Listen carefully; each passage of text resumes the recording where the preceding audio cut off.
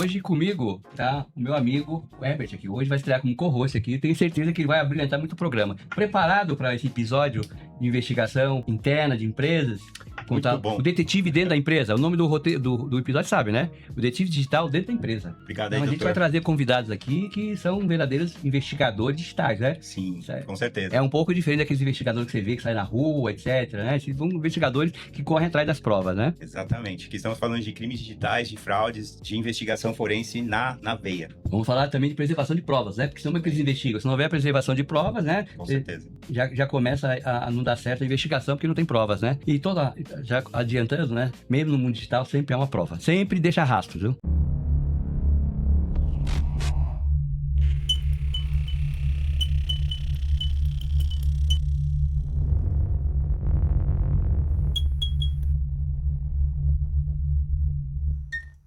Sejam muito bem-vindos ao Falando de Fraudes, episódio 122. E hoje estamos aqui com um convidado especialista. Mas o nosso podcast reúne especialistas para discutir temas de cibersegurança, educação digital para adolescentes, preservação de provas e todo esse meio novo que depois da pandemia chegou para nós no mundo digital que a gente navega por aí. Hoje em dia todo mundo está na palma da mão com todas as coisas, seja seus documentos pessoais, documentos de saúde, todos os bancos. Isso também é uma facilidade, mas também causa vários problemas que podem acontecer. E comigo aqui está um novo co-host que eu conheci há pouco tempo, que trabalha numa empresa de cibersegurança, TerraMind. TerraMind ou TerraMind? TerraMind. TerraMind, Na verdade, eu sou parceiro da TerraMind.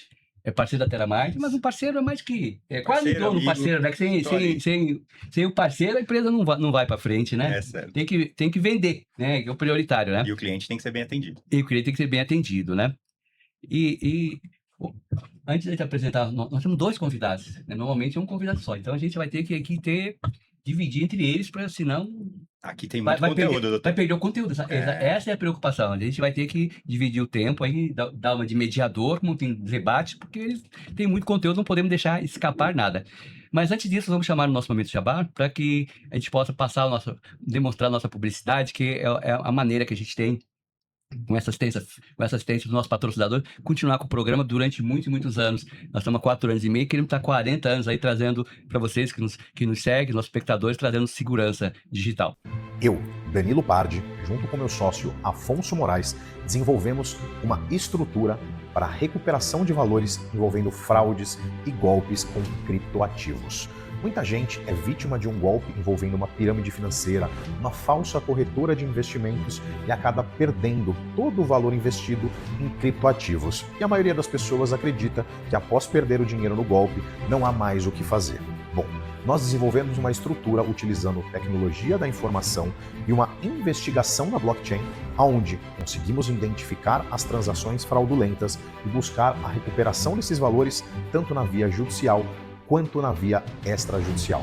Hoje, milhões de pessoas são vítimas desse tipo de golpe e acaba perdendo o investimento de uma vida toda. E é muito importante agir rápido.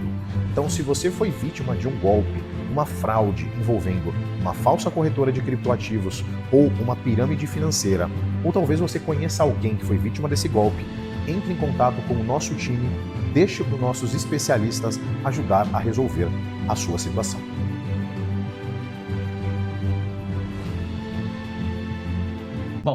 Vamos fazer o seguinte, né? Eu apresento o convidado, você apresenta outro. Pode ser. Pode ser? Fechou. Então eu vou apresentar a Priscila Monforte. A Priscila Monforte.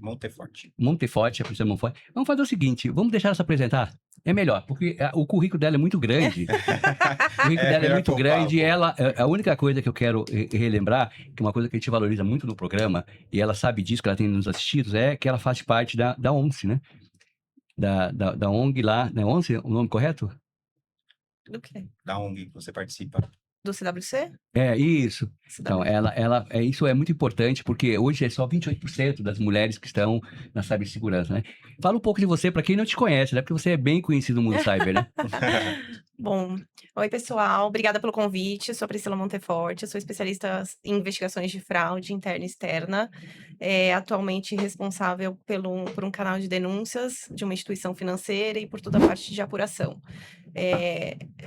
Sou muito envolvida no mundo de compliance, não só no detectivo, mas o preventivo também. Hoje fazendo parte de alguns grupos voluntários de atuação, como Eu falei errado, né? É a Risk Human, né? Porque tem a Risk Woman, é, que são mulheres que atuam dentro do mercado de risco, e o CWC, que é Compliance Women Committee, que também são mulheres que atuam no mercado de compliance.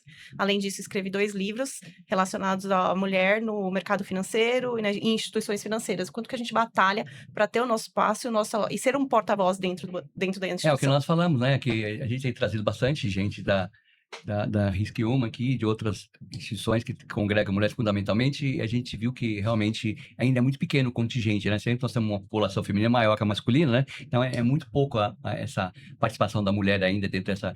Né? E para detetive digital, para esse tipo de trabalho que você faz, é interessante, porque a mulher é muito mais detalhista, né? Exatamente. Curiosa. Ela faz 5 porquês, né? Sempre. Exatamente. Então é uma função muito mais feminina, que pode ser usada essa força de trabalho, do que o homem, né? Porque o homem é mais rápido, que ele passa por cima e acaba passando por cima de detalhes, né? E você também faz e-commerce, marketing digital? Não. Só essa parte. Só.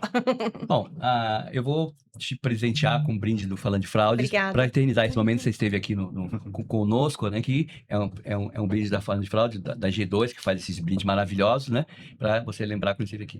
Agora apresento o nosso outro convidado. Bom, legal. Bom, eu sou o Herbert Moraes, sou parceiro do Teramind, atuo aqui com o João, que é o nosso Country Manager, nossa liderança aqui no Brasil, que apoia a gente aqui na estratégia, no desenvolvimento do produto. Temos trabalhado aí juntos há quase 2 anos, né, João? Quase 2 anos. Fazendo uma parceria aí, trazendo novos clientes para a base, mas principalmente fornecendo uma solução disruptiva. Eu tenho 25 anos de TI, e eu tomei um susto quando vi essa solução, de como ela pode ajudar em diversos casos, principalmente no auxílio à investigação de fraudes e também no bloqueio proativo dessas ações maliciosas que podem acontecer dentro das empresas. Então, estamos aqui com o João Marinho. João, pode falar.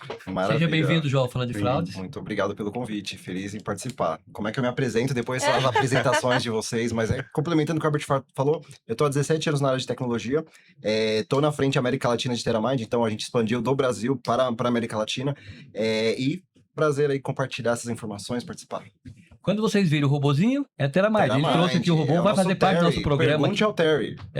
Bom, tem um presente para você também, para Poxa. eternizar esse momento que vocês teve no nosso programa, muito obrigado. pelo conhecimento que vai trazer para nós, agradecimento a isso, né?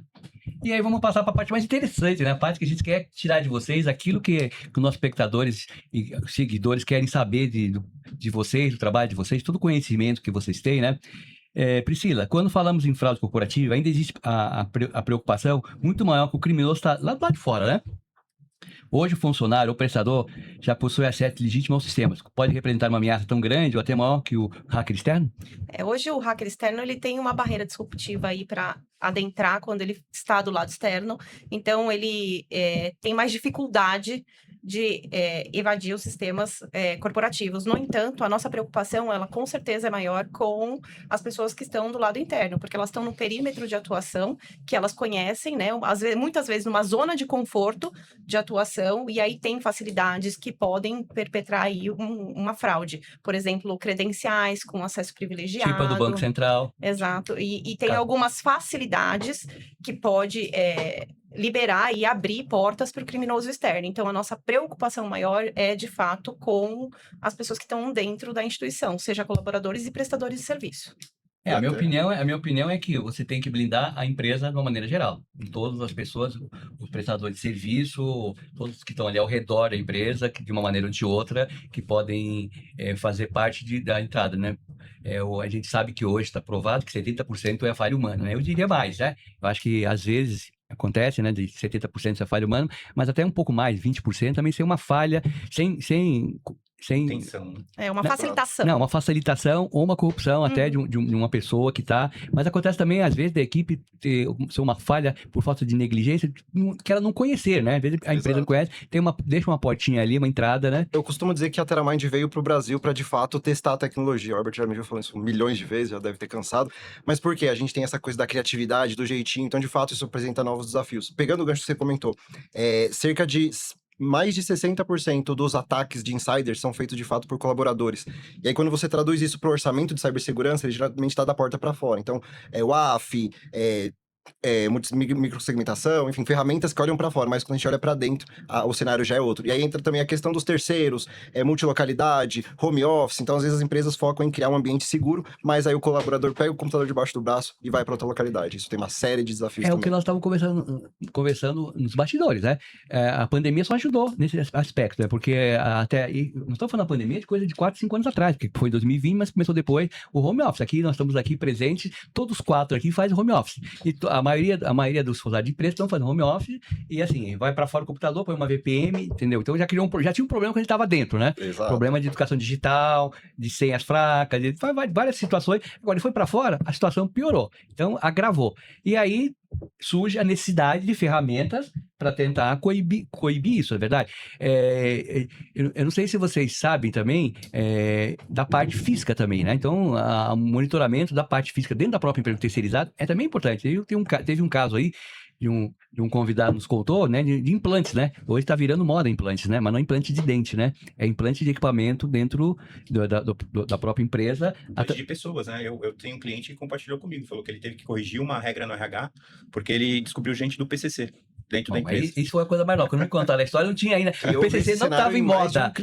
O PCC foi essa pessoa que me contou a história, inclusive a gente gravou um episódio com ele sobre o implante. E ele estava saindo dali para ir para a Argentina dar uma aula. Ele é um cara especialista nisso aí. Ele contou o caso do Banco do Brasil, em que um terceirizado lá que fazia limpeza entrou lá e implantou. Você pode colocar em teclado, computador, em vários lugares, e implantou. Eles desviaram $2 milhões lá dentro do Banco do Brasil, entendeu? É isso. É por isso, como o João mesmo comentou, a barreira e o investimento é muitas vezes da porta para fora, mas se você olhar da porta para dentro, o que a instituição está fazendo, o que a empresa está fazendo para mitigar isso? E muitas vezes, não só o detectivo, ele é necessário e correto nessa questão. Tem também você estudar quais são os perfis de atuação, até para você agir de maneira cultural e preditiva. Hoje, quando a gente fala do tema de insider e a gente vê a movimentação do mercado, antigamente eles criavam contas laranjas para fazer as transações. Começamos a bloquear, tentaram invadir sistemas, começamos a criar softwares mais robustos para prevenir. Então, qual que é a brecha que eles estão vendo hoje? É o insider. Então, pegando esse gancho, existe um padrão de comportamento, algum tipo de alarme que pode nos ajudar a detectar esse tipo de fraude antes que isso aconteça? Não existe um padrão específico. Muitas pessoas falam sobre o perfil do fraudador. Ele foi baseado em estatísticas e cases que aconteceram, mas do passado, né? Então, estereotipou um profissional, uma pessoa, uma característica física, um tipo de gênero, mas com base naquilo que aconteceu. E a fraude, ela não é lógica, né? Ela é motivada. Então, a gente tem que ver qual que é a esfera psicológica motivada por trás do acometimento da fraude. O Donald, lá em 1950, quando ele criou o Triângulo da Fraude, ele trouxe essas versões psicológicas para ampliar a nossa visão sobre o que é e o que leva o fator humano a cometer essa fraude. Como, por exemplo, a pressão. O que está motivado por trás dele cometer essa fraude? Qual que é a oportunidade que ele tem para cometer essa fraude? E a racionalização. Como que ele vai racionalizar e identificar uma desculpa ali para justificar o comportamento da fraude? Então, muitas vezes, os fatores psicológicos e a motivação são condicionantes para o acometimento da fraude, e aí, por óbvio, geram estatísticas que a gente vê no mercado de perfil do fraudador, mas não é uma lógica exata. E, João, pegando esse gancho também, o que o TerraMind oferece pra gente para identificar um pouco esse comportamento, né? O lance das atividades, fala um pouquinho pra Antes de gente. responder, deixa eu só dizer uma coisa, só um gancho. Em 1950 ele não tinha 1% das ferramentas que tem hoje. E a criatividade Então, hoje... a criatividade aumentou, claro, mas as ferramentas são muito aí, vocês têm que ter mais ferramentas que esse para fazer essa plaquinha. Aí essa é a resposta que você vai dar, essas ferramentas que realmente não tinham, porque não tinha nada. Exato. Hoje... A TerraMind, acima de tudo, ela é uma ferramenta de coleta de dados. O que isso quer dizer? A TerraMind, ela consegue converter em telemetria todas as ações. Então, o Herbert ele tem uma função, por exemplo, de dar entrada em mercadorias no estoque. Então, ele tem o acesso de acordo, ele tem ali os procedimentos, mas um belo dia o Herbert tentou sair do ERP e tentou acessar um CRM, não conseguiu. Então, ele não conseguiu ali, ele tentou acessar uma caixa de e-mail, por exemplo, de uma outra pessoa, não conseguiu.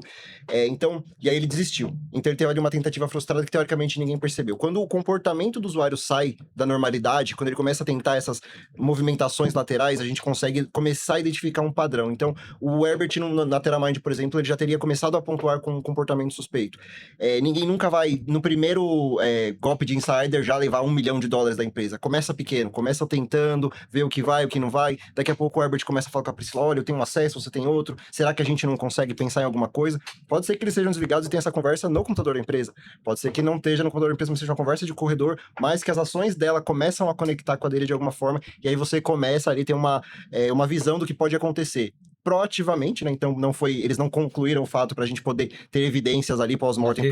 Mas teve um alerta. Exato, mas eles começam a pontuar, poxa, eles estão com comportamento suspeito. Esse alerta vai para os supervisores. Exato. Ou a gente Ou pode pro bloquear marketing. Essa é a ideia, a Exato. prevenção, né? Não. E aí começa a identificar até comportamentos que são novos, né? Então, a gente tava falando desde 1950 até hoje, quanta evolução tecnológica não houve, né? Quanta evolução humana, engenharia social, tecnológica, enfim, junta tudo isso. Os agentes de inteligência artificial hoje, Exatamente. hoje mesmo eu estava trabalhando antes de vir para cá, criando um agente para integrar para trading. Né?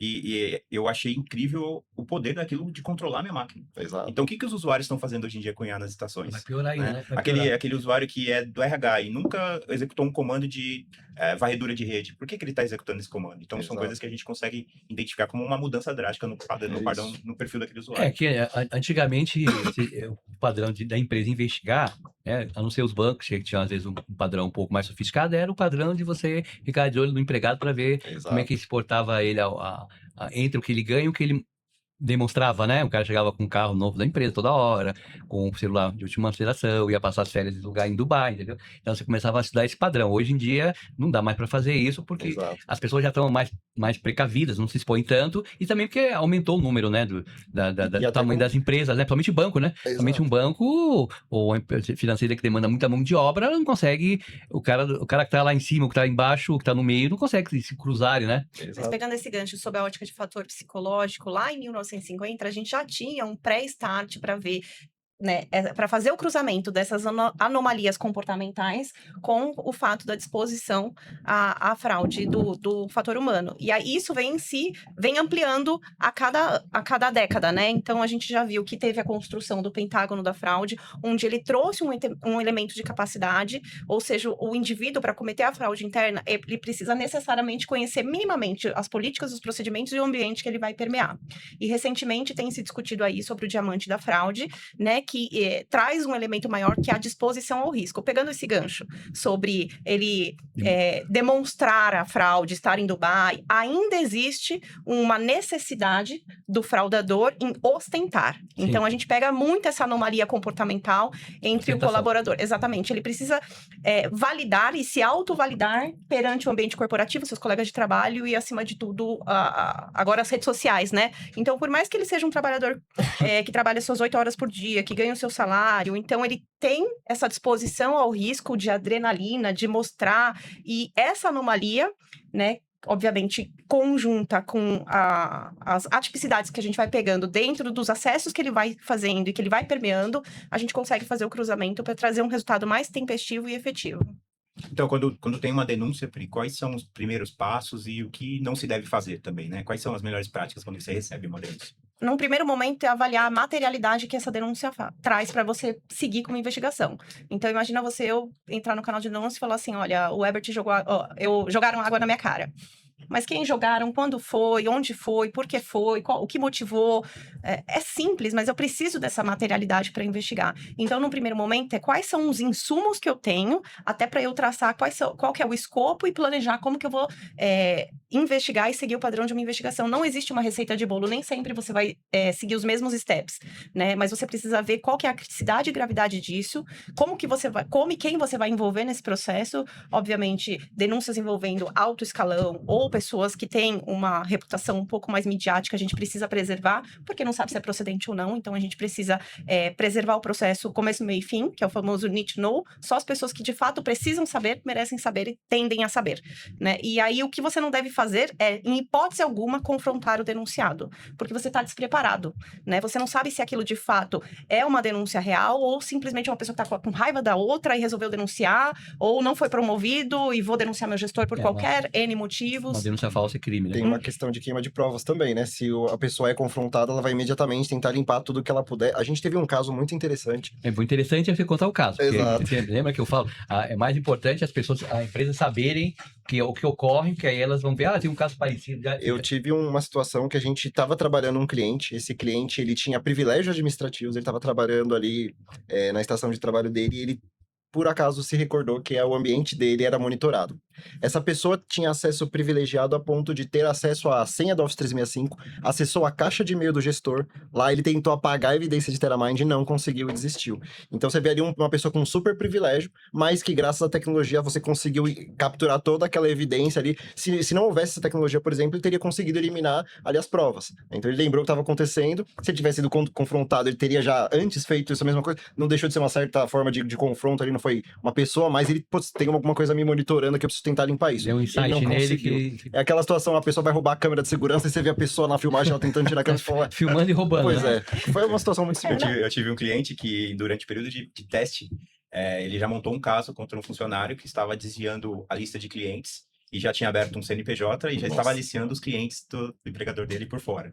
Então, eles já usaram bastante a ferramenta já para montar um caso. Essa pessoa acabou saindo dali algemada, infelizmente. E é bom ter essa correlação de uma investigação detectiva, onde o fato ocorreu, e aí você tem que correr contra o tempo, enxugar o gelo, né? E justamente para evitar qualquer tipo de risco reputacional, financeiro e etc. Em contrapartida, uma simples tentativa de apagar, porque isso para mim já é uma tipicidade comportamental, e eu já traria esse fato, porque qual que é a intenção dele de? Então vamos olhar o que o João quer fazer, o que o João está fazendo hoje, qual foi a intenção dele, qual é o passado dele, como que está a performance dele dentro da empresa e ampliar o leque de uma investigação preditiva para saber quem é o João e o que ele quer. Legal. É interessante o que você falou. Esse caso você contou só um pouquinho do caso, Não caso é é maior, só né? Mas depois, a pessoa saiu algemada. Então a empresa, ela denunciou e ela mostrou isso. Porque o que acontece hoje muito é que a empresas que elas apuram, não levam a público, às vezes, os acionistas, não levam para a mídia e às vezes mandam o funcionário embora, pagando sem justa causa para não ter nenhum entrave ali.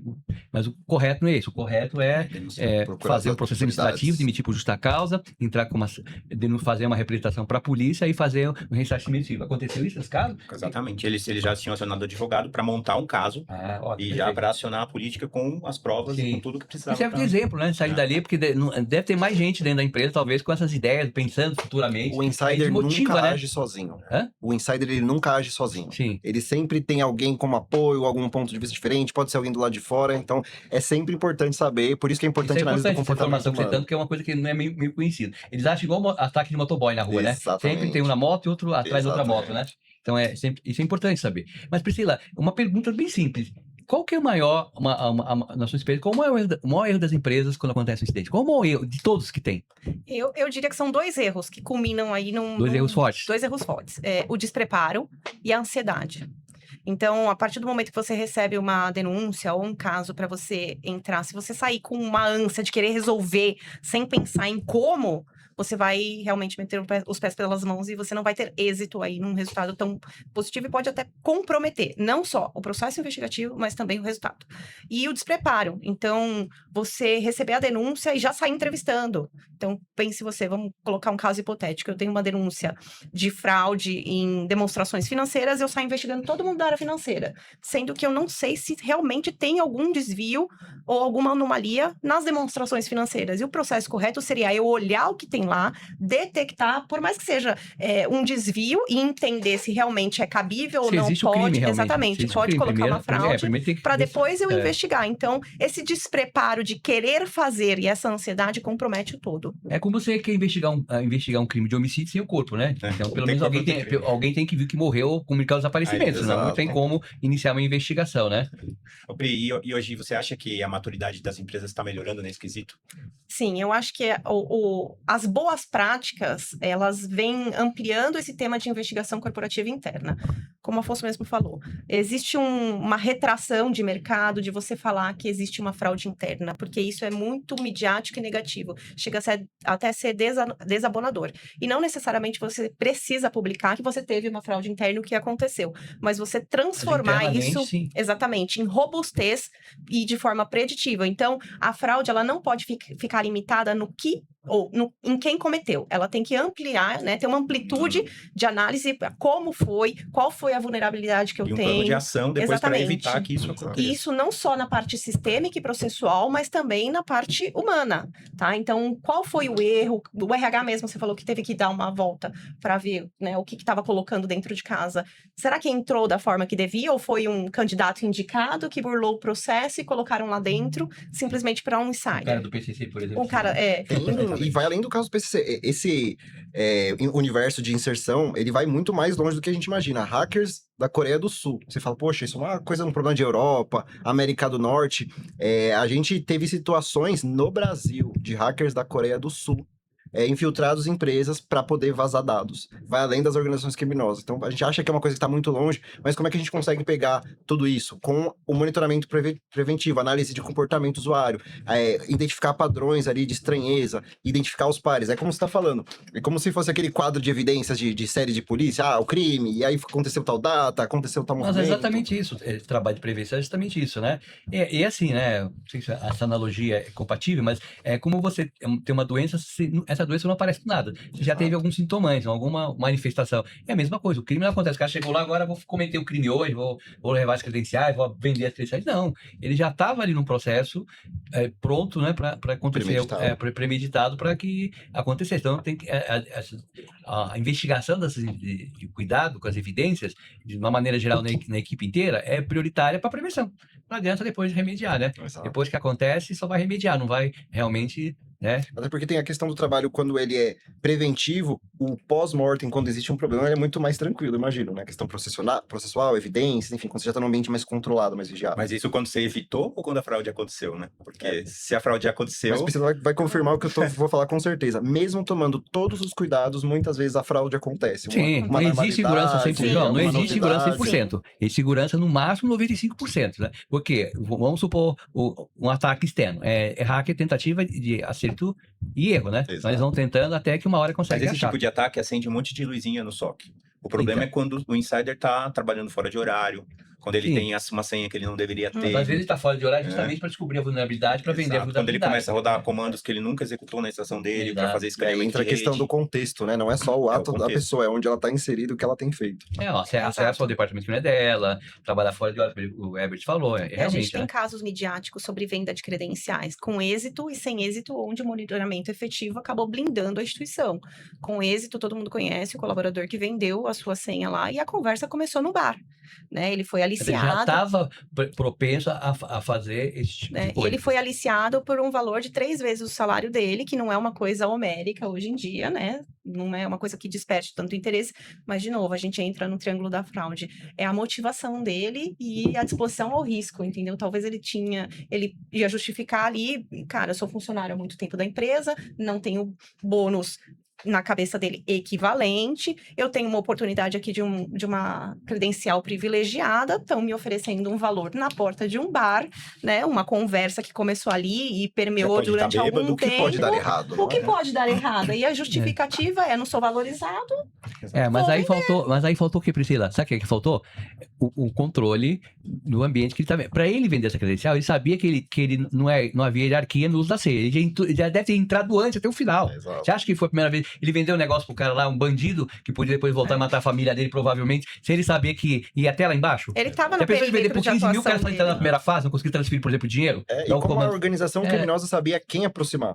Sim. Então, já Uma entra outra, aquilo, uma nunca tá outra sozinho. pessoa de dentro Sim. deu essa Exato. dica, ó, vai naquele cara é vulnerável e ele tem uma credencial privilegiada. Exato. E aí, vai a chegar no cara contrapartida errado. do não êxito, tendo esse primeiro case aí que foi extremamente midiático e acendeu um alerta, será que eu tenho realmente os monitoramentos corretos e efetivos dentro de casa? Numa segunda instituição, houve a tentativa, né? Começou ali, como o João mesmo falou. Vamos tentar acessar, vamos para um ambiente, vamos para o outro, vamos por ali, vamos por aqui. Não conseguiu, e aí acendeu o red flag, é onde a gente pega a investigação preventiva. O que está acontecendo com essa atipicidade sistêmica aqui, esse excesso?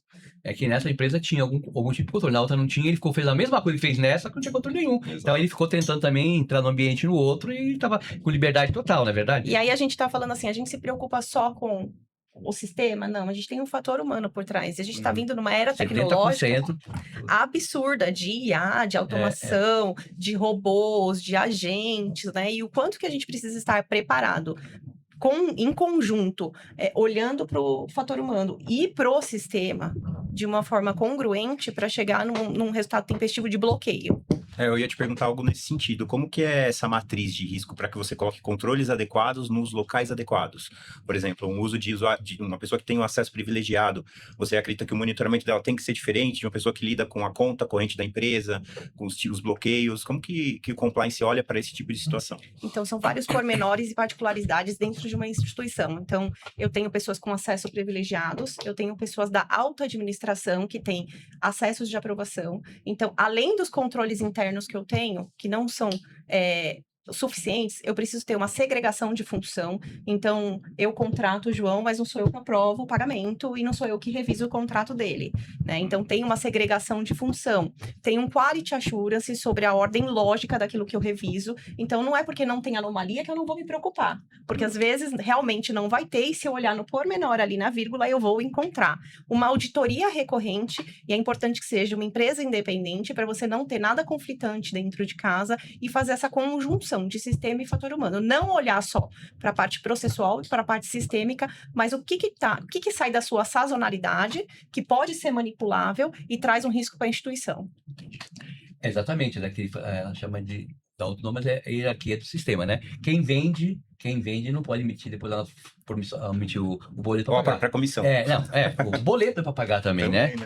É isso que nós falamos tem a ver com outro que nós já falamos, que é da prevenção contra o terceiro, né? O Banco Central tem uma tremenda proteção, mas o terceiro que ele estava utilizando o meio de pagamento não tinha a mesma proteção. Isso é fundamental hoje para as empresas. As empresas estão valorizando que elas não tem só colocar o melhor hardware dentro, melhor sistema de antifraude, etc. Mas estão valorizando que elas têm que colocar isso no terceiro. Até a gente falou nos bastidores, parece que as empresas não querem colocar mais nos terceirizados, porque é um custo. Eu acho que é o contrário. Eu acho que o terceirizado tem que trabalhar na empresa se ele tiver as mesmas condições que tem o contratante, não é isso? O contratado, no caso, né? O contratado tem que ter a mesma coisa que o contratante, né? O terceirizado, ele não tem, muitas vezes, as mesmas proteções que a empresa dá. Mas então, não pode, são os não tem funcionários como, não tem da mesma como. empresa, e aí todo mundo recebe os mesmos softwares de defesa, o mesmo treinamento, aí vem uma pessoa de fora, com uma máquina da empresa terceirizada, com uma experiência diferente, não necessariamente tem o domínio daquilo, e aí também tem a questão da procedência, né? Então, a empresa que contratou fez ali a diligência correta. Você fala o terceiro?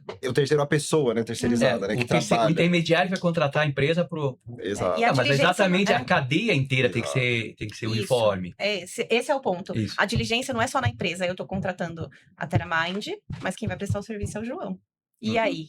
Quem é João? Entendeu? Então, a diligência é o que você falou, tem que olhar o todo. Não só a pessoa jurídica, mas quem está por trás da pessoa jurídica e quem são as pessoas que vão prestar o serviço para mim, que eu vou colocar dentro de casa.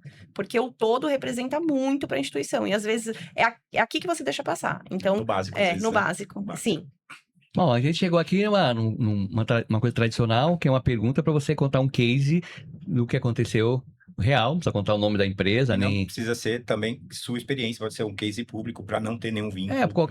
Qualquer que você possa contar, um ou dois, pode contar até mais que um. Quanto mais você conta, mais a audiência vai perceber que ela precisa contratar, por exemplo, a TerraMind, contratar uma educação digital, contratar várias situações. Inclusive, esse é o trabalho que eu faço, de orientação jurídica digital, para que as empresas se normatizem igual, façam os mesmos segmentos e comecem pela educação digital até chegar nas ferramentas próprias, entendeu? Hoje, TI cuida de máquinas, mas tem a outra parte. Tem os sistemas que tem que ter e a educação digital. Conta alguns casos pra gente, pode ser público. Não precisa contar do Banco Central, porque você está muito público, né? Ele está igual o PCC, né? Todo mundo fala o PCC, quando é crime organizado, mas tem outras facções aí. Eu acho que cresceram as facções também, que não aparecem. Eu entendo isso, né? Que não é só o PCC, o comando deve ter mais. Né? Com certeza. O que a gente vê movimentando no mercado são duas frentes. Como transacionar financeiramente o ilícito, o dinheiro ilícito, de modo que passe despercebido por qualquer tipo de indústria, não só a financeira, mas também dentro de outro tipo de indústria que ele pode ser aí branqueado. Tem vários cases midiáticos, mas o que a gente vê num primeiro momento, ele tenta uma invasão, né?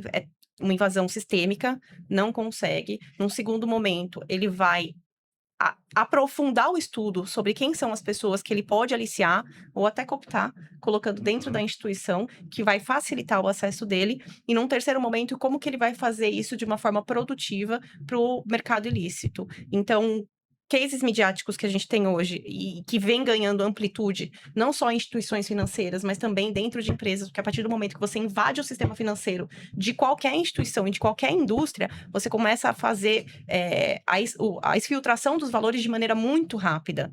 Então, você invadindo, seja externo ou externo, você começa a disseminar e pulverizar os valores de modo que o famoso follow the money fica praticamente impossível de rastrear. E aí o prejuízo não vem só financeiro, mas também reputacional.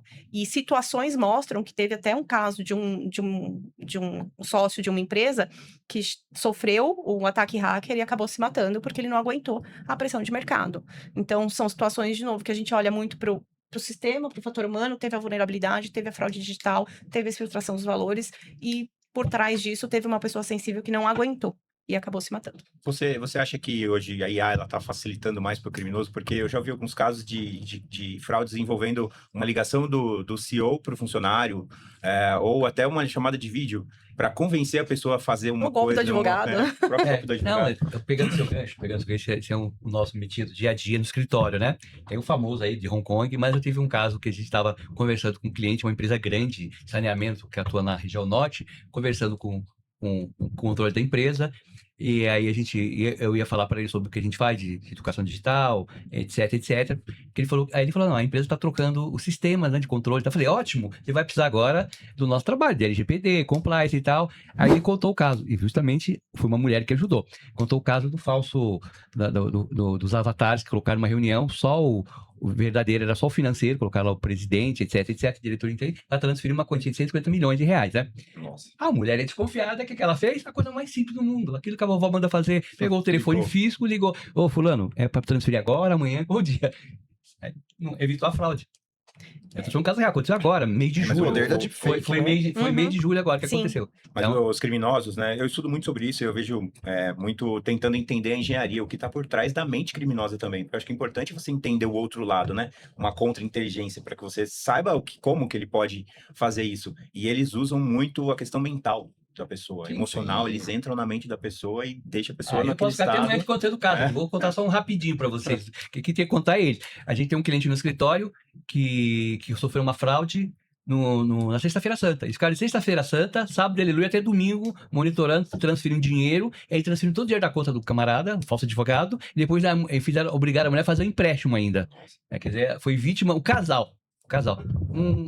Por que alguém vai ligar, um advogado, vai ligar na Sexta-feira Santa, o banco está funcionando, qual é a pressa disso? Engenharia social. Não me pergunta como é que eles fazem, mas eles fazem. Tem vários, assim, você não acredita. Você não acredita. Tá na mídia. Tá na mídia aí, o que foi, inclusive, saiu uma reportagem na Record agora do escritório. 1.200.000 uma manicure sofreu de fraude. 1.200.000.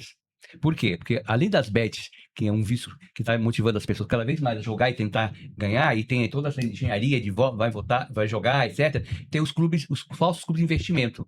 Então, consegue conduzir a pessoa como se fosse um jogo. Ela vai lá, faz um investimento. Acha que vai ganhar muito? 10% ao mês, ela ganha o primeiro mês, ganha o segundo, aí eles começam a fazer uma engenharia social dizendo que tem que colocar mais dinheiro, porque vai melhorar a categoria dela, melhora a taxa de retorno e tal. E essa mulher pegou 600 mil emprestado do irmão dela, 300 dela, e mais 300 ela fez um empréstimo.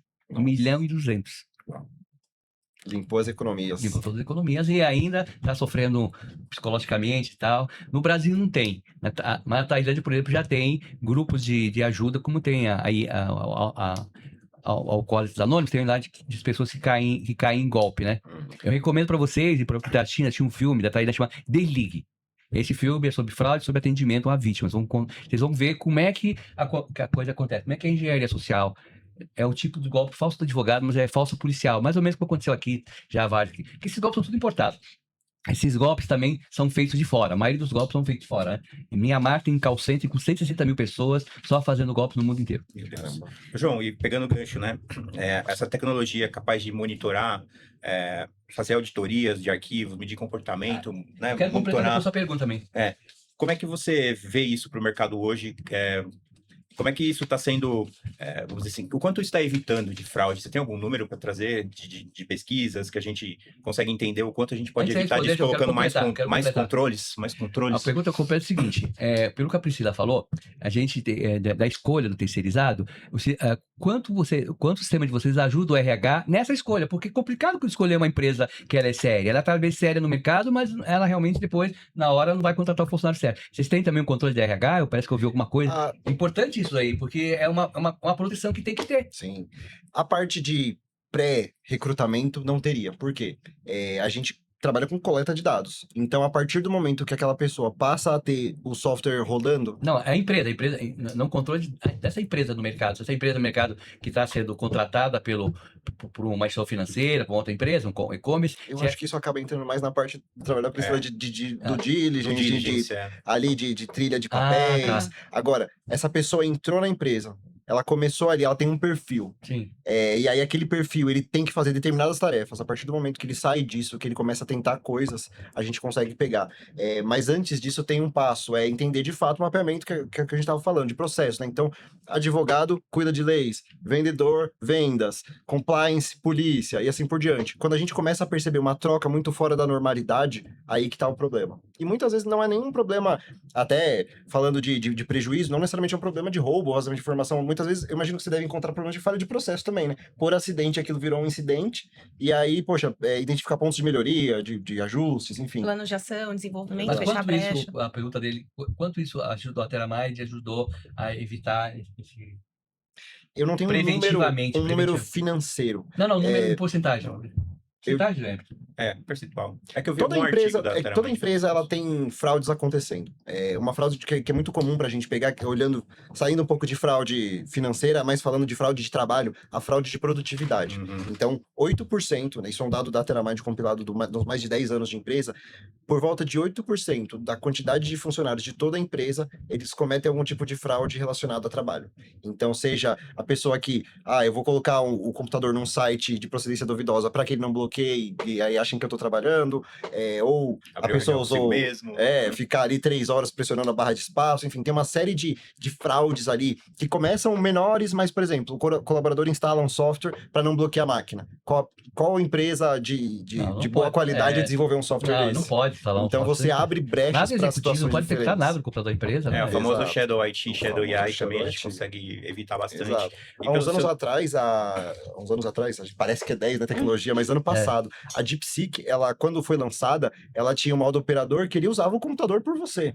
Então você podia configurar ali a máquina para parecer, forjar uma atividade, clicar em coisas. É muito sensível você pegar uma informação dessa. Da mesma forma, a mesma tecnologia ela pode ser configurada, ou qualquer IA, para encontrar brechas, né? Então, a quantidade de bugs que a gente tem encontrado nos últimos meses foi muito superior a todos os anos passados. Por quê? Porque Agora você tem uma IA potente que tá tentando tudo ali ao mesmo tempo. Já cresceram muito agora, tem IA para tudo, né? Tem agente para tudo, né? Exato. Por isso que não existe uma receita de bolo. Na Exato. época, quando você vai ver, num primeiro momento, usando a própria Teramind como sistema, você tá com uma investigação de performance, o funcionário não tá entregando, é home office, que a gente sabe que é mais suscetível à performance.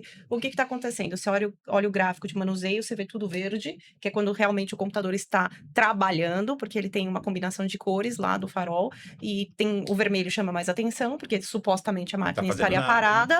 Amarelo, talvez uma reunião ou outra que você não manuseia tanto a máquina. O verde você entende que está trabalhando. Se a pessoa trabalha de uma maneira incansável e em contrapartida não tem um resultado de performance, a gente tem que olhar a gravação da tela para ver se de fato não está mesmo. Então pode ser uma dupla jornada. Exatamente. Aí você vai trabalhando com as hipóteses, com as ferramentas, as possibilidades que a ferramenta permite, até para chegar num resultado mais tempestivo. E acaba gerando insegurança digital, porque você está trabalhando para outra empresa. Exato. Tá abrindo outras brechas. Tá abrindo outras de certa brechas, forma, tá roubando a empresa também, sim, né? Com certeza. Tem a menor dúvida. Além disso, o agravante que ele pode estar trazendo algum problema digital. Eu tive cliente que o funcionário ele batia o ponto e ficava 2 horas na academia.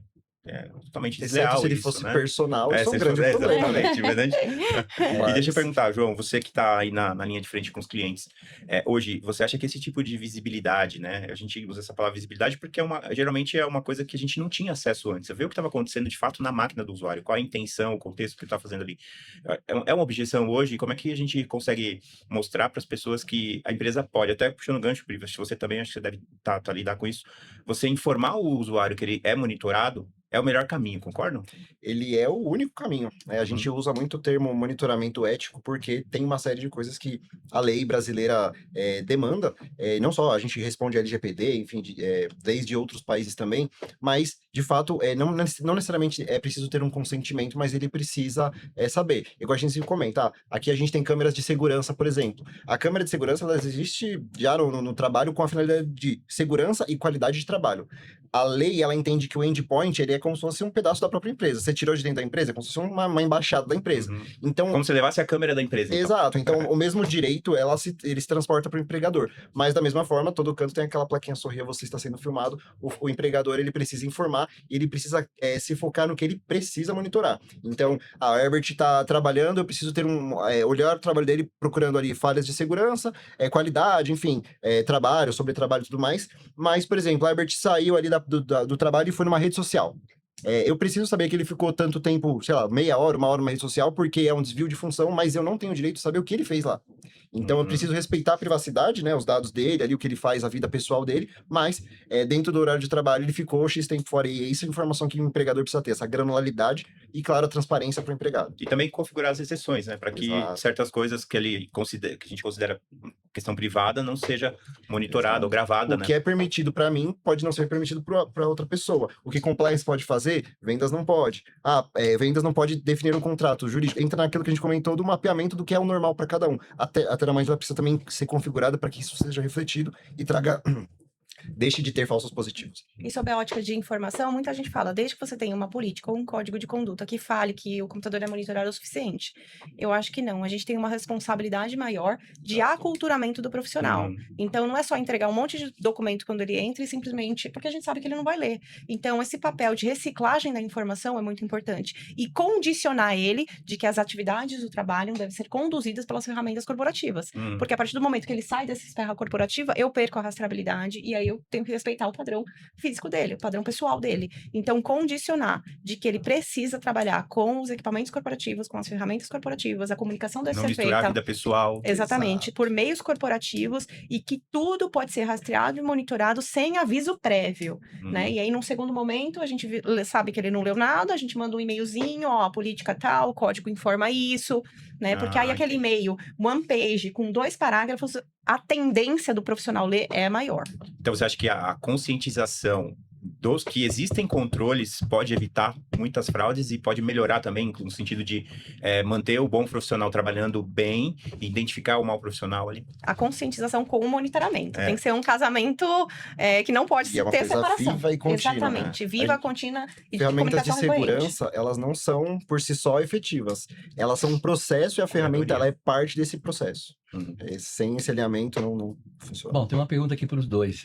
A inteligência artificial consegue identificar comportamento análogo, padrões suspeitos, antes mesmo de uma fraude ser consumida? Estamos caminhando para uma investigação corporativa preditiva? Sim, definitivamente. Aquilo que a gente comentou, permeou a conversa inteira, a questão do comportamento. É possível você saber muito fácil quando alguém tem desvio de função. Basta conhecer ali o funcionário dia a dia. Então, a pessoa saiu da normalidade, começou a mexer ali em caixinhas que ela não deveria, coisas que não pertencem à área, o que a gente chama de cibersegurança de movimentação lateral, né? Então, isso é um dos pontos mais evidentes Mas ali. a Teramand usa a IA para isso. Sim. A gente tem a parte de machine Melhorou learning. esse monitoramento depois Exato. da IA, melhorou. A velocidade de detecção dos ataques, ali o tipo de vazamento que a pessoa tenta fazer, o tipo de fraude, tudo isso definitivamente ficou muito mais fácil de você organizar as informações. Então, como é que a gente faz uma busca orgânica? Não é possível na Teramind procurar ali como se fosse um chat. Dentro da Teramind você acessa ali no dashboard perguntar quais são os funcionários, por exemplo, que têm maior comportamento arriscado de vazamento de informação ou de violação de convívio social, assim por diante. As regras humanas acima de tudo. O que não é medido, né, não pode ser melhorado. Então, a gente mede de fato, é uma telemetria ali de milhares, quantos pontos de dados? 650 mil 650 pontos. mil pontos de dados. Então a gente está coletando ali a telemetria do comportamento desse usuário. O dia que ela muda, que você tem um outlier ali, a gente vai saber. Por isso que é importante, né? O nível de. Quando a Priscila sempre comenta isso, o nível de atividade me ajuda a olhar para a direção certa. Porque se o cara tá acima de 70%, o que ele tá fazendo acima de... Tem uma anomalia, né? Sim. E abaixo de 30% também. Então, muitas vezes você tem um funcionário desmotivado, um funcionário que tá ali em depressão, pode estar com problema de saúde mental. E do outro lado, você pode ter um burnout também do cara excessivamente trabalhando demais também, ou ali cometendo uma dupla jornada, uma situação ali que tem um motivo da máquina dele estar sendo tão utilizada, né? Então, isso que é legal da tecnologia, dá para olhar para esses dois outliers, porque os dois estão suscetíveis a um aliciamento, um assédio. E Pri, deixa eu te falar, quando você recebe, vamos tocar num assunto um pouco mais sensível agora, quando você recebe uma denúncia de assédio moral, assédio sexual, são mais difíceis de lidar? Quais são os primeiros passos? Para onde você vai, né? Eu fico pensando ali, qual seria a primeira medida que você teria que tomar? Pensando que a gente está lidando diretamente com o comportamento humano e com conduta, a gente também usa sistemas de monitoramento para detectar o comportamento verbal, né, do profissional dentro do sistema. Em contrapartida, você precisa trabalhar muito a inteligência emocional, porque você não pode se envolver. Então, a neutralidade e a racionalidade para apurar esse tipo de situação tem que prevalecer no âmbito superior. Eu vou trazer até um exemplo aqui que é muito comum. As mulheres, elas são mais sensíveis, né? Isso é óbvio, comprovado cientificamente. Então, a tendência dela se envolver com a situação é muito grande. Mais ou menos nas situações que a gente vê na marginal. Cai o motoboy, não para o monte. E eles nem se conhecem. Hoje em dia, a gente vê uma sororidade muito grande entre as mulheres. Então, você precisa tomar muito cuidado num caso de discriminação, de assédio sexual ou de assédio moral, para você não se envolver com a situação. E, obviamente, seguir um escopo que vai trazer objetividade e materialidade para aquilo que você quer corroborar. Então, a confiança, óbvio, é primordial. A preservação das partes, e aí eu não estou falando só do denunciante, porque, óbvio, no primeiro momento você precisa acolher a pessoa que sofreu supostamente aquela conduta. Então, olhar com um olhar mais pessoal e criar um rapport de modo que ela confie em você para você coletar a informação necessária, seja fisicamente, olho no olho, ou até por meio do sistema, do canal de denúncias, onde você conversa com a pessoa e mantém essa conversa um pouco mais sensível para coletar essas informações. Mas a neutralidade e a racionalidade são pontos chaves para você ter um resultado robusto e efetivo. Interessante, obrigado. Bom, como última pergunta que a gente tem aqui, é muito interessante. Eu quero colocar vocês na cadeira do CEO. Amanhã, às 8 horas da manhã, chega uma denúncia anônima dizendo que um executivo de confiança está desviando informações confidenciais da empresa e pode estar envolvido em uma fraude. Ele continua trabalhando normalmente e ainda possui acesso ao sistema. Qual seria o ideal das primeiras 24 horas para investigar, sem alertar o suspeito, principalmente sem perder as provas? Vou falar a prática, você fala a sistêmica. A gente divide a resposta. Num primeiro momento, considerando o C-Level e o risco expositivo que você tem de ser procedente, ou até não, mas trazer uma ponderação reputacional para a empresa, você tem que ter pessoas deliberando com você e pessoas sêniores sobre os próximos passos. Então, eu envolveria a Head de Compliance, a Head jurídica, para a gente deliberar os próximos passos sob a ótica de investigação e preservação do fato, e também entender juridicamente quais são, o que a gente tem de arcabouço para trabalhar e ver se realmente é cabível a gente afastar o colaborador durante a investigação. Então, nesse primeiro momento, seria colocar todo mundo na sala, o famoso need to know, quem realmente precisa saber da informação e tratar a informação, quem vai ser envolvido, se é investigação interna ou externa, e se a gente afasta o colaborador para que a investigação afasta o colaborador e segura as evidências, os equipamentos corporativos, para que a gente siga aí numa investigação mais tempestiva. Do ponto de vista sistêmico, né? Então, duas linhas. Falando de Teramind, se por acaso isso não foi capturado anteriormente, vamos supor que seja uma pessoa que ela não era monitorada, então o gancho do executivo de alto nível. Então, por algum motivo, aquela empresa não monitorava aquele executivo por ser um cargo de confiança ou coisa do tipo. Essa pessoa cometeu o ato e ela passou a ser monitorada, por exemplo. Ela vai tentar, por exemplo, garantir que tá tudo bem. Então, ela vai tentar ver ali, por exemplo, aquela cena de filme, o assassino vai no enterro da pessoa assassinada ali pra ver ali. Então, a fraude, ela geralmente tem alguma coisa, tipo, a pessoa que fraudou, ela tem uma tensão. Então, essa atenção vai fazer ela tomar ações diferentes. A gente volta para análise do comportamento humano. Então, enquanto ela está capturando, juntando provas físicas, caso não houvesse um monitoramento preventivo, passar a ficar de olho nas ações digitais daquela pessoa, talvez ele abra um WhatsApp no computador e fale com alguém, olha, deu certo. Ou ele vai tentar acessar sistemas ali quase que compulsivamente para ver se alguém alertou alguma Ou coisa. apagar também. Exatamente. Ou Ele até vai começar exfiltrar a os pagar, dados. ou exfiltrar os dados. Então, aquela pessoa vai começar a se preparar para uma demissão, talvez, já consegui vazar informação, vou sair daqui. Então, tem uma série de coisas pós, né, caso ele não tivesse sido monitorado antes. Agora, claro, caso ele era monitorado antes do fato, muito provavelmente comportamentos dele já teriam alertado a Priscila que ia falar, poxa, tem alguma coisa esquisita aqui. E ela ia já começaria os procedimentos para poder mitigar esse problema. E agora com poucos cliques, né? Com Clicou, poucos já tá cliques. vendo ali o contexto, o que a pessoa O tá monitoramento fazendo. contínuo permite isso. Então, Uhum. permite você, de modo ágil, identificar a anomalia e já trabalhar em cima dela. Uhum. Agora, a ativação pós-mortem permite você entrar numa cadeia detectiva de investigação até para você chegar no resultado se corrobora ou não a alegação. É mais difícil assim, né? Uhum. Bem mais difícil. É melhor já ter a Raiz. monitoração. Claro. Deixou a porta aberta. Exatamente. Bom, E a estamos questão da chegando- integridade, né? Se você Estamos tem que chegando ao monitorar. final. Queria que você deixasse sua mensagem de prevenção para as empresas, para o setor financeiro, para o setor de e-commerce, para o setor empresa de uma maneira geral. O que elas devem fazer? Qual a mensagem, resumidamente, que vocês podem passar, seus insights, suas experiências práticas para que essas pessoas sigam esse caminho aí que vocês já trilharam e tenham todo esse conhecimento? Maravilha. Bom, tecnologicamente falando, eu acho que seria o quanto as empresas realmente conhecem as suas operações, os seus usuários, né, os seus processos. Uma coisa que a gente sempre fala é, não acreditem na gente, façam uma prova de conceito, testem a ferramenta, porque mesmo que a empresa nunca tenha tido contato, é sempre uma grande surpresa os achados. Muita gente que não era suspeito, está fazendo coisas estranhas, um colaborador que todo mundo achava que não fazia nada e é o cara que carrega aqui nas costas, riscos ali, pequenas fraudes acontecendo. Eu perdi a conta de quantas vezes eu vi fraudes financeiras, né? Um bônus que foi errado e 2 amigos deixaram para lá, uma alteração num boleto, uma falha fiscal, tudo isso no longo caminho para uma empresa é um problema muitas vezes que não permite que ela volte ao negócio. Então, convido a conhecer mais a TerraMind, conhecer mais a fundo a operação e com certeza evitar de sair nas notícias de uma forma negativa, um grande vazamento, Ou depois do uma prejuízo, quando o dinheiro falência. saiu da conta, não dá Exato. mais para corrigir. Exato. Eu traria aqui um bordão que eu gosto muito, que a melhor investigação é aquela que nunca aconteceu. Por quê? Fala, pô, Priscila, você não quer trabalhar? Você trabalha com investigação, não quer trabalhar com investigação? Se você olhar o contexto teórico do que é uma investigação, é alguma coisa que já aconteceu. E você precisa realmente enxugar o gelo e ver como aconteceu e quais são os prejuízos e riscos que É aquilo uma culminou. autópsia, né? Exatamente. Literalmente. Então, quando você não tem uma investigação detectiva para apurar o fato que não ocorreu, você vai ter uma maturidade e robustez muito grande nos controles internos da sua empresa, na segregação de função, na maturidade de um programa de compliance ético e íntegro, e você vai ter o aculturamento das pessoas um pouco mais amplo, de modo que cometer uma fraude traz consequências, não só de uma demissão, mas também para sua pessoa física, como um processo criminal, a depender daquilo que você fizer. Perfeito. Bom, agradeço a vocês, os insights, foi maravilhoso. É um tema bem novo, um pouco discutido, né? Pouco discutido, tá saindo agora das gavetas, né?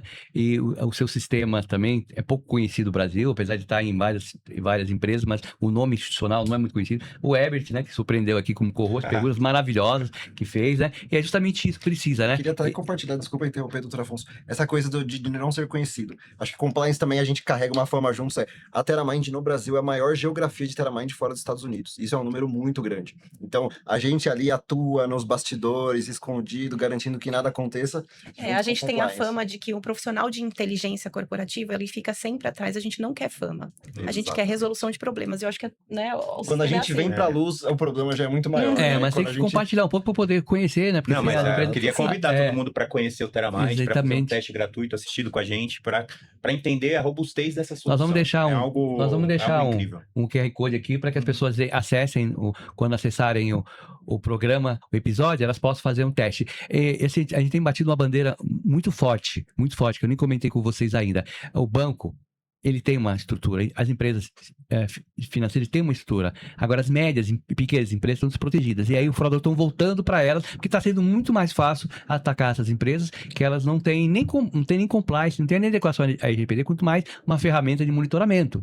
Então, eu acho que é a hora de divulgar de uma maneira ética, de uma maneira, né, sem ser promocional, mas divulgar o produto. O que o produto faz, aqui nós estamos, não é uma propaganda, nós estamos mostrando um produto que vocês podem E usar. o que é legal desse E produto, não é um doutor, produto caro, não é uma ferramenta altamente cara que cabe numa empresa de pequeno e médio porte. o que eu acho legal do produto é que ele cobre diversos casos de uso. Então, ele vai ajudar o compliance a estabelecer a regra, a garantir que aquela regra não seja ali infringida. Ela vai ajudar o RH a identificar as melhores pessoas e também os outliers ali que não estão performando ou qual é o motivo disso. Vai ajudar a CyberSec também para que a máquina ali não execute scripts, né, maliciosos, coisas que podem acontecer ali no Maravilhosa endpoint. ferramenta, né? Começa tudo Tem ali, né? que, melhor que palavras é clicar no QR Code e ver o que a ferramenta faz. Chegamos ao final do Falando de Fraude. Acompanhe até o final desse programa, assine o canal, ativem o sininho e é mais importante assistir até o final para poder clicar no QR Code. E também descobrimos determinados detalhes aqui. O verdadeiro detetive dentro de uma empresa não é uma pessoa, é simplesmente um software, uma combinação tecnológica com investigação pessoal. É isso que precisa, unir as duas coisas, a tecnologia com a investigação humana, de preferência com uma mulher que tem mais sensibilidade para os detalhes. E na investigação, os detalhes fazem tudo. Fiquem seguros e até o próximo episódio. Valeu, obrigado. Obrigada.